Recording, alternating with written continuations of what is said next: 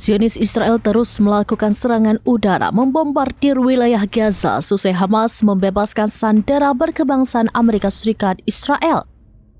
Al Jazeera memberitakan bahwa Israel membombardir Gaza hingga menewaskan 39 warga sipil pada Senin 13 Mei 2025. Aksi itu dilakukan Israel tepat setelah militan Hamas membebaskan tentara Amerika Serikat Israel, Edan Alexander, dari tahanan. Alexander yang memiliki kewarganegaraan ganda Amerika Serikat Israel ditangkap dalam serangan Hamas pada Oktober 2023 saat bertugas sebagai tentara Israel. Sebagai utusan Trump, Steve Witkoff melakukan negosiasi panjang dengan Hamas. Militan sayap kanan Palestina itu sepakat membebaskan sandera untuk mengakhiri perang. Adapun saat ini masih ada 58 sandera yang belum dibebaskan, termasuk 4 warga negara ganda Amerika Serikat Israel yang seluruhnya telah dinyatakan tewas. Meski Hamas telah membebaskan Edan Alexander, akan tetapi Israel memandang kelompok tersebut sebagai ancaman aktif.